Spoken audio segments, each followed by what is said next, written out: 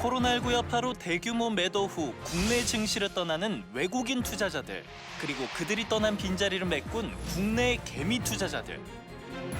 개미 투자자들이 외국인 투자자의 매도 폭풍을 잠재우며 동학 개미 운동이라는 신조어까지 탄생했는데요.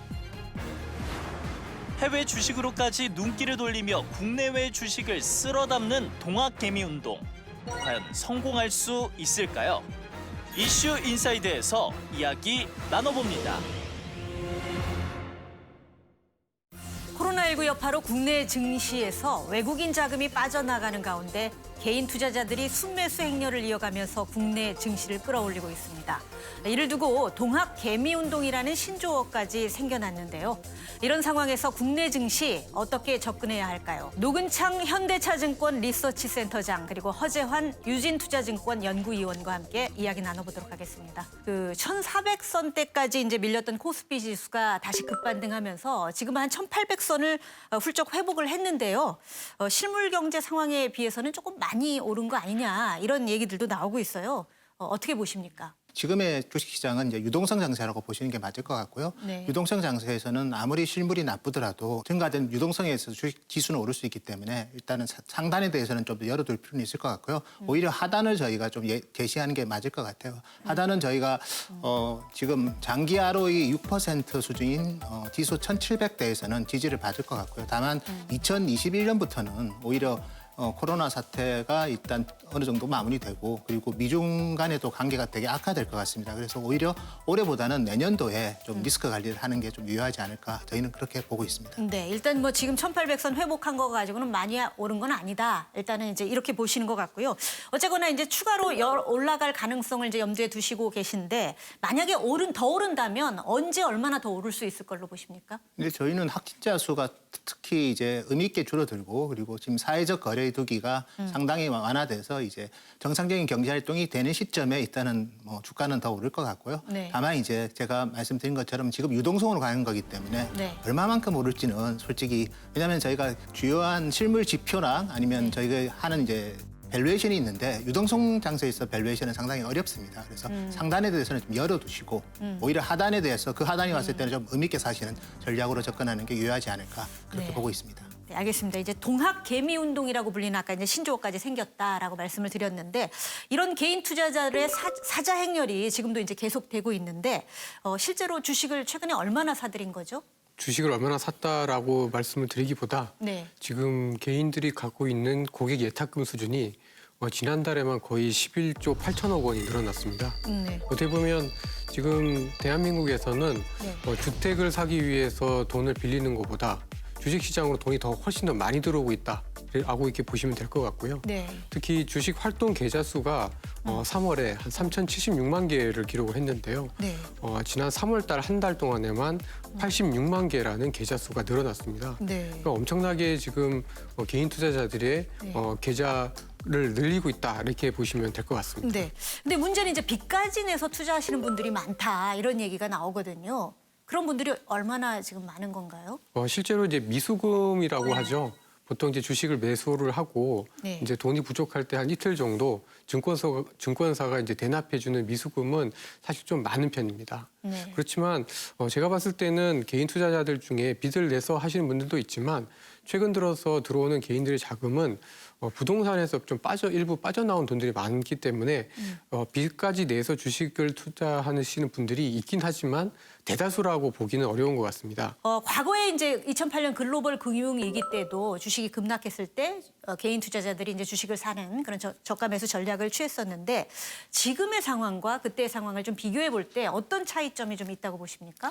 지금은 이제 국내 우량주를 사시는 투자자들도 많고요. 네. 특히 삼성전자 같은 경우는 배당 충분율도 좀 매력적입니다. 그래서 네. 과거보다 그때 금융위기 때보다는 한국 기업들이 배당을 좀 많이 합니다. 그래서 단순하게 배당 투자만 가지고도 지금 주가에서 안 오르더라도 배당만 받아도 오히려 실질적으로 이익이 되는 전체적인 배당 성향이 한국 기업들이 과거 금융위기 때보다는 좀 개선되었고요. 두 번째는 해외 직구를 요즘 많이 합니다. 이제는 뭐 정말 직접 여러 증권사들이 이제 미국 주식이든 아니면 중국 주식이든 이렇게 오픈했기 때문에 이번 기회에 해외에 정말 유망한 기업들, 파한 기업이든 이런 기업들을 매수하는 그런 움직임도 있고요. 세 번째는 이제 ETF 투자가 상당히 많아진 것 같아요. 직접 종목을 고르기보다는 해당 세부 업종을 좀 매수하려는 그런 스마트 머니들이 또 ETF에 많이 몰리는 것이 과거 금융위기랑은 좀 다른 투자 패턴인 것 같습니다. 개인 투자자들 중에서도 특별히 이제 20, 30대, 특히 대학생들까지 이렇게 젊은 층의 투자가 지금 활발한 상황인 것 같고 또 과거보다 좀 똑똑해졌다, 스마트한 전략을 사용한다 이런 얘기들이 있습니다. 그거에 대해서 좀 분석을 좀 해주시죠. 예, 그런 지적들이 굉장히 많죠. 네. 그래서 그만큼 스마트해졌다라는 의미는 요즘 젊은 20, 30대 특히 이제 모바일에 되게 친숙한 세대들이 이 정보력이 대단합니다. 인터넷도 잘 다룰 뿐더러 기업에 대해서 그냥 묻지마 사자 이런 것이 아니라 나름대로 이제 재무제표도 보고 꼼꼼히 투자를 하면서 나름대로 굉장히 좀 그 정보력을 가지고 투자를 한다는 점에서 이전과는 분명히 좀 다른 특징들이 좀 있는 것 같고요. 네. 그리고 또 한 가지는 굉장히 투자 대상이 다양해졌습니다.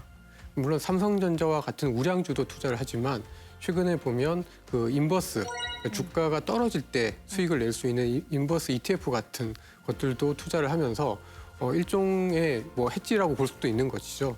우량주를 사지만 또 주가 하락에 대해서는 또 대비를 하면서 여러 가지 다양한 자산들을 사고 있기 때문에 예전의 개인 투자자들의 어떤 모습에 비해서는 확실히 더 스마트해지고 훨씬 더 매수하는 관점이나 이런 것들이 굉장히 좀 다양해졌다라고 볼 수 있을 것 같습니다. 네, 개인 투자자들이 이제 순매수한 종목에는 삼성전자가 1위지만 그 외에도 이제 SK 하이닉스 같은 반도체 업종들이 많이 있단 말이에요. 그렇다면 이제 반도체 업종을 사들이는 전략, 괜찮은 투자 전략이라고 볼 수 있겠죠? 4월 1일부터 10일까지 수출이 제일 적게 감소한 게 네. 반도체였고요. 실질적으로 지금 이런 언택트 시대에 특히 우리가 보시면 재택근무, 그다음에 원격 교육, 그다음에 원격 진료 이런 것들이 많아지는데 대부분 다 이제 클라우드와 관련된 인프라 투자를 해야 됩니다. 그러면 삼성 하이닉스의 주력 제품이 이제 서버 디램이라는 제품의 수요가 느는 거고요. 여기에 전체 수요의 한 15% 정도가 PC인데 최근에 재택근무하면서 또 노트북도 또 상당히 수요가 좋습니다. 그래서 어떤 산업보다 실적의 방어력은 우수하지 않을까 그렇게 보고 있습니다. 네.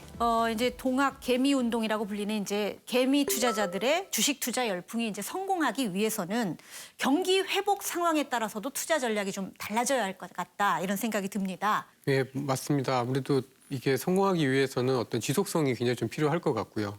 이런 경기 상황이 뒷받침되지 못할 가능성에도 좀 주의를 해야 될 것 같습니다.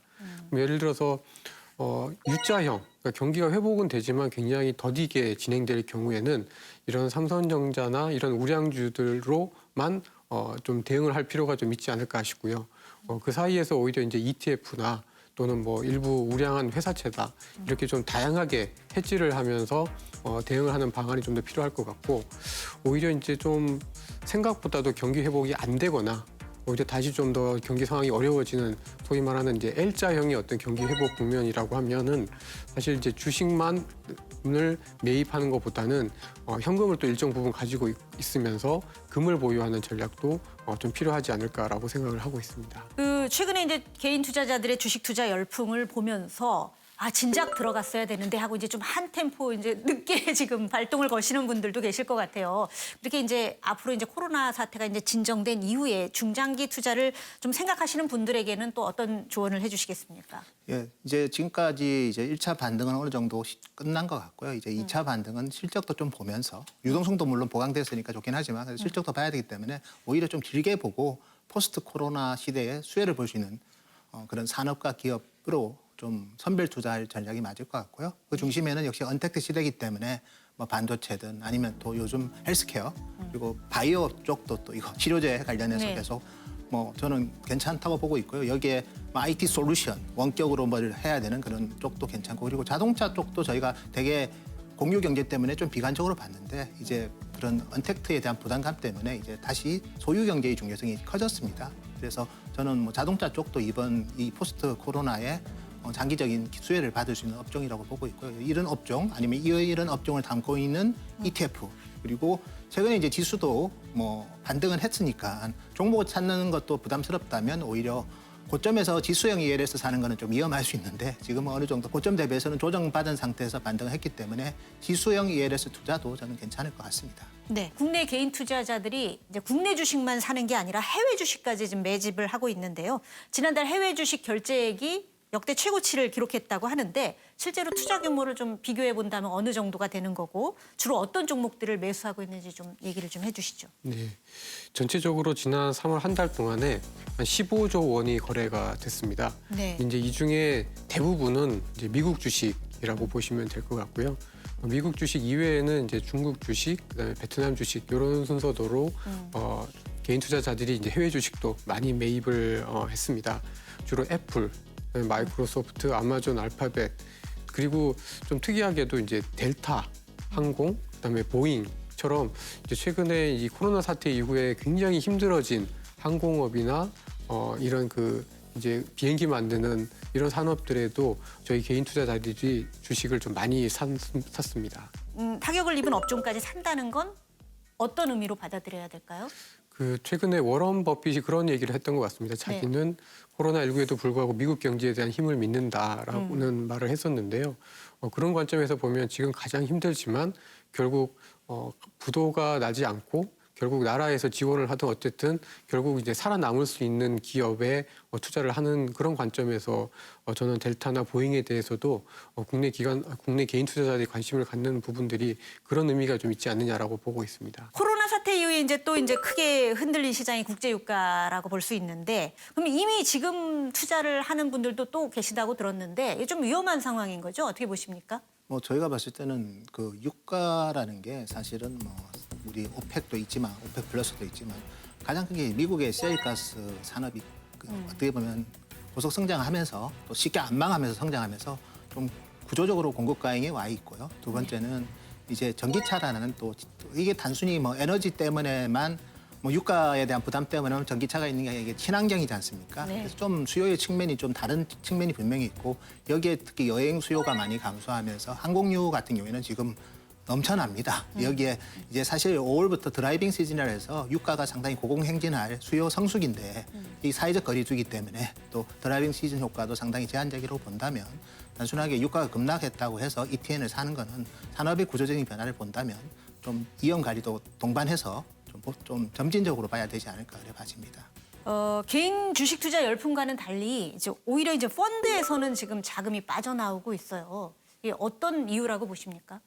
심플하게 생각합니다. 네. 그러니까 결국은 수익률이 안 좋았기 때문에 투자자분들한테 외면을 받고 있다라고 생각을 하고 있는데요. 물론 최근 2, 3년 동안에는 사모펀드가 좀 다소 인기를 끌기도 했었습니다만은 네. 최근에 여러 가지 이제 좀 사태들로 인해서 신뢰를 좀 많이 잃은 측면들 때문에 뭐 공모펀드뿐만 아니라 사모펀드에 대한 신뢰가 약해진 측면들로 인해서 자산들이 좀 계속해서 좀 빠져나가고 있는 추세가 되었다라고 생각을 좀 하고 있고요.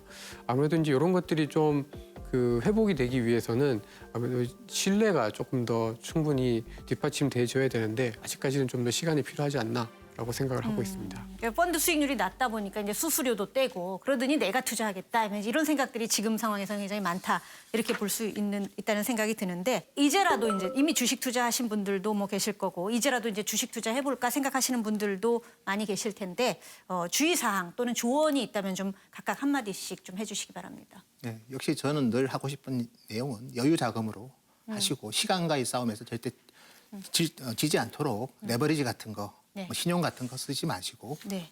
여유 자금으로 장기 투자하시면 뭐 지금같이 또 기업 가치 대비 많이 하락해 있을 때 주식을 투자한다면 저는 상당히 좋은 기회가 반드시 온다 그런 확신은 있습니다. 저는 좀 그 투자의 어떤 그 시계를 좀 장기적으로 가져가는 전략이 결국은 승률이 높았다라고 좀 말씀드리고 싶습니다. 보통 주식시장에서 이제 외국인이 좀 더 잘한다라고 생각을 하고 있는데요. 근데 그 역사적으로 보면 많이 그런 경우들이 꽤 있었지만 항상 그랬던 건 아니었고요. 우리 외국인들 같은 경우는 해외 금융시장이 좀 더 예민하다 보니까 해외에서 일어나는 민감한 변화들에 대해서 조금 더 미리 또는 좀 더 지속적으로 대응을 한 게 차이일 뿐이지 요즘은 이제 인터넷이라는 것 때문에 정보라든가 이런 것들이 대부분 많이 공유가 되어서 저는 그러한 차이는 예전보다 많이 좀 줄어들었다라고 생각을 합니다. 결국은 이 오래 장기 투자하는 어떤 문화가 대한민국 금융시장에도 좀 자리를 잡아야지 결국 개인 투자자들이 부를 더 늘리고 그 부를 통해서 어떤 그 개인의 자산들이 늘어나고 그런 것을 통해서 소비가 확대되는 어떤 그런 선순환 구조가 좀 진행이 되려면 결국은 좀 더 장기적으로 투자를 하는 전략이 금융시장에 좀 더 바람직한 방향을 이끌 거다라고 생각을 하고 있습니다. 네, 주식 투자하시는 분들에게 두 분 말씀 오늘 많은 도움이 됐을 것 같습니다. 좋은 말씀 감사합니다. 감사합니다.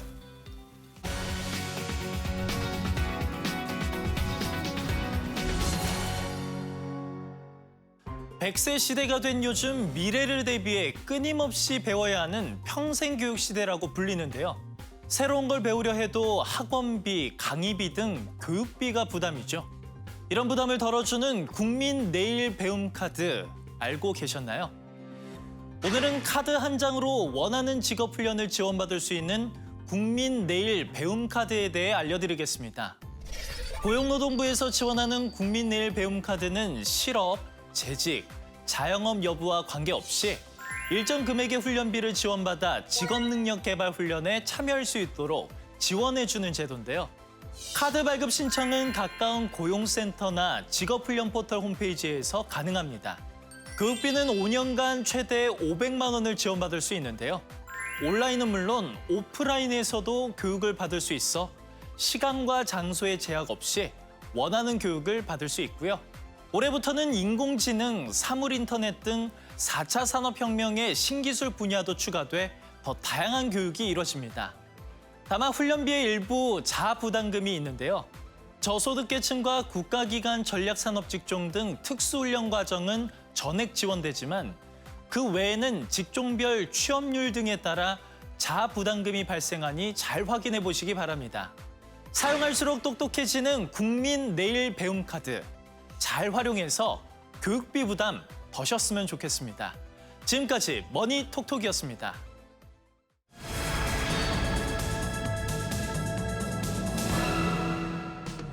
오픈뱅킹, 금융규제, 샌드박스 등 다양한 혁신 금융 서비스로 새바람이 불고 있는 금융산업. 하지만 이에 따른 보안 문제 등 새로운 과제들도 생겨나고 있는데요. 안전하게 발전하기 위한 방안은 무엇일까요? 금융산업의 미래, 이슈 인사이드에서 이야기 나눠봅니다. 네, 스마트폰 클릭 한 번으로 결제하고 송금하고 금융과 기술이 만나 금융산업이 빠르게 변화하고 있는데요.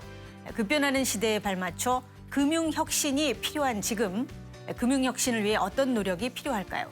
권대영 금융위 금융혁신 기획단장과 이야기 나눠보도록 하겠습니다. 안녕하십니까? 안녕하십니까? 네.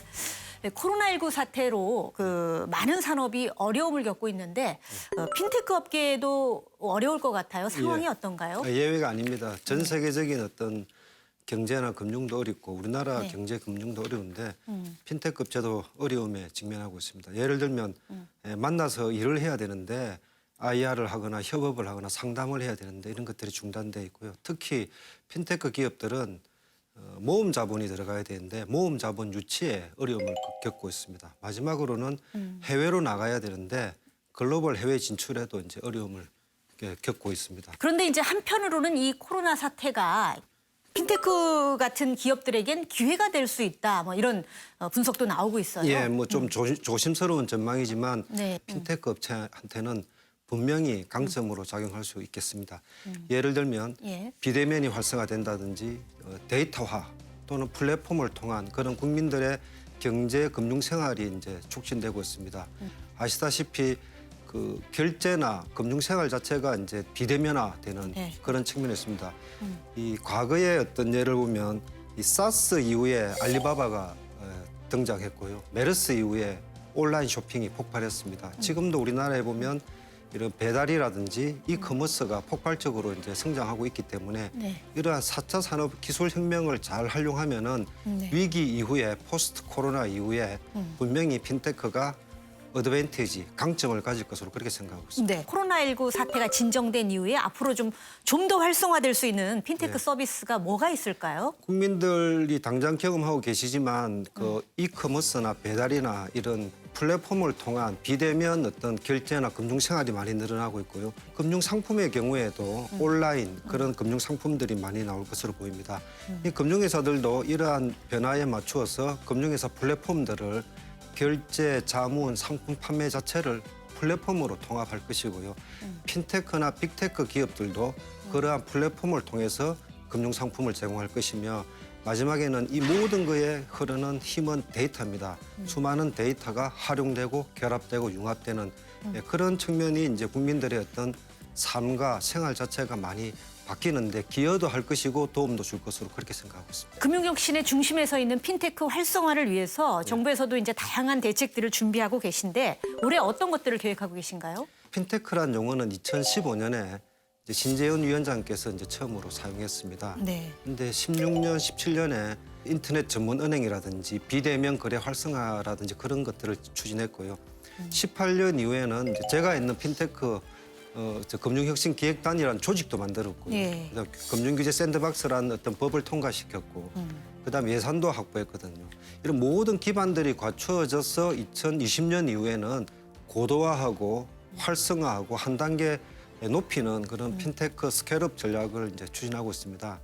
크게 보면은 디지털화 또는 결제 선진화 이런 부분이 하나가 있을 수 있게요. 두 번째는 데이터를 활성화한 어떤 그런 핀테크 활성화 전략 이런 것들이 있고 또 특히 중요한 거는 이제 금융규제 샌드박스를 통한 새로운 아이디어와 기술을 사업화하는 어떤 그런 노력들이 이제 앞으로 이제 저희가 추진해야 될 어떤 핵심 과제로 그렇게 생각하고 있습니다. 지난해 말에 이 오픈 뱅킹 서비스가 이제 도입이 됐는데 네. 이래서 이제 금융혁신의 물꼬를 텄다 이런 평가가 나오고 있습니다. 실제로 어떤 효과를 거뒀고 또 앞으로의 전망은 어떻게 보시나요? 작년 12월 이후 시행됐는데 약 중복이 있지만은 약 3천만 명 정도가 가입하셔가지고 네. 등록되어 있는 계좌는 약 한 5천만 개로 저희가 이제 알고 있습니다. 결국은 이러한 오픈 뱅킹을 통해서 기존 금융회사와의 어떤 경쟁과 혁신을 좀 촉진시키는 그런 측면.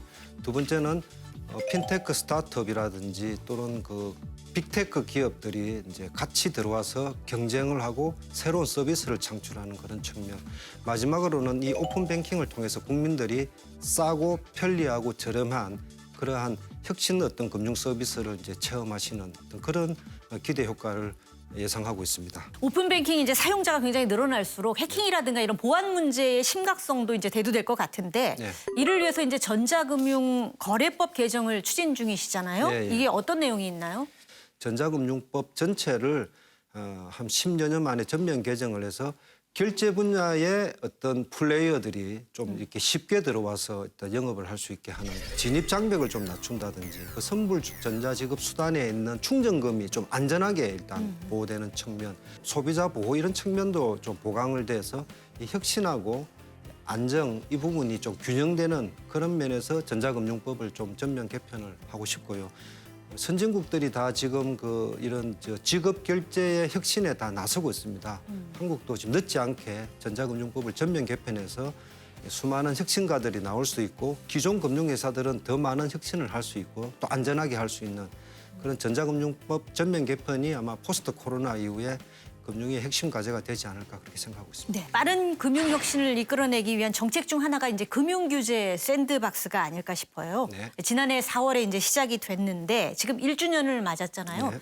근데 이제 일단은 금융규제 샌드박스 말이 너무 좀 어렵다 이런 네. 분들도 계신데 네. 이게 뭔지 좀 간단히 좀 설명을 해주시죠. 금융규제는 잘 아시다시피 굉장히 엄격하고 촘촘하고 경직적입니다. 그럼 네. 어떤 사람이 혁신적인 아이디어와 어떤 기술을 가지고 있는데 이것을 금융 쪽에 하고 싶으면 인허가를 받거나 규제 때문에 못하는 경우가 이제 비일비재했습니다. 네. 그렇기 때문에 그런 아이디어와 기술을 테스트하고 싶은 그런 금융의 모래사장을 만들어서 네. 제한된 기간 내에 마음껏 실험을 해보십시오 하는 기회를 드리는 겁니다. 네. 그분은 아이디어와 기술이 성공화되면은 네. 이제 금융업을 하시면 되고 새로운 부가가치를 창출하는 거고요. 정부 입장에서는 이런 규제를 변경하려면은 시간이 많이 걸리지 않습니까? 예. 1년 이상 예. 걸리는데 먼저 테스트를 해보고 이 규제는 완화를 하거나 개선해도 되겠다는 그런 규제 개선의 어떤 기회를 갖는 그야말로 이 촘촘한 경직적 금융 규제에 제가 보기에는 알라딘 램프 같은 역할을 할 수 있는 그런 거로 이제 네. 이해하십니다. 그런데 이제 이게 금융이 아무래도 이제 규제가 많은 산업인데 금융규제 샌드박스 시행을 한 지 한 1년여 만에 지금 100건을 돌파했다고 네, 그렇습니다. 들었어요. 네. 그래서 어떤 서비스들이 있는 건지 대표적인 그 사례를 좀 꼽아주세요. 예를 들면 지금 여행자 보험 같은 경우에는 한번 가입을 할 때 공항 갈 때마다 가입을 하지 네. 않습니까? 근데 이제 미리 가입을 했다가 해외 나갈 때 그냥 위치 정보만 캐면은 자동으로 보험이 작동되면은 아주 편리하죠. 그러니까 네. 위치 정보와 보험 상품이 결합한 온오프 여행자 보험이라든지 네. 그다음에 지금 대출 한번 받으려면 전화하고 은행에 가고 몇 번을 가야 되는데 다 플랫폼에서 네. 원스톱으로 하는 온라인 대출 모집 플랫폼이라든지 젊은 아르바이트를 하시는 분이나 어떤 그 주부들 이런 분들 이제 성실하게 금융 활동을 하는데 금융 이력이 없습니다. 금융 정보가 아닌 통신 정보라든지 SNS 상의 정보라든지 이런 비금융 정보를 활용하는 어떤 신용평가 모델 이런 것들은 굉장히 기억에 남고요. 최근에 어려운 용어지만은 뭐 안면 인식을 한다든지 네. 그다음에 블록체인을 통한 본인 인증을 한다든지 그다음에 AI를 통한 이런 서비스라든지 하여튼 작아 보이지만은 의미 있는 그런 그 국민들이 느끼실 수 있는 그런 많은 서비스들이 지금 준비하고 있고 출시하고 있고 테스트 중이다 이렇게 말씀드리고 싶습니다. 빅데이터를 산업에 활용하기 위한 게 이제 빅데이터 3법인데 이게 올해 초에 국회를 통과했잖아요. 그렇습니다. 그래서 네. 이제 8월이면 본격 이제 서비스들이 나올 것이다 이렇게 전망이 되는데요. 그렇다면 이제 금융 관련해서 어떤 서비스가 8월 이후에 나오게 될까요? 예, 첫 번째는 좀 쉽게 말씀드리면은 이 데이터를 굉장히 안전하게 다양한 활용을 할 수 있는 겁니다. 예를 네. 들면 그 가명 정보라는 개념으로서 개인을 식별할 수 없게 처리된 그런 가명 정보를 동의 없이 네. 모델을 개발하거나 알고리즘을 개발하거나 그런 데 쓸 수 있습니다. 예를 들면 상권을 분석한다든지 매출 기반의 데이터 대출을 한다든지 이런 가명 정보의 산업적, 상업적 활용이 이제 촉진될 것이고요. 금융 데이터뿐만 아니고 의료 데이터, 뭐 위치 데이터, 그다음 통신 데이터 이런 다양한 데이터들이 결합되면은 아마 폭발적인 새로운 어떤 서비스가 나올 것이고 거기에 이제 일자리가 나올 것으로 보이고 네.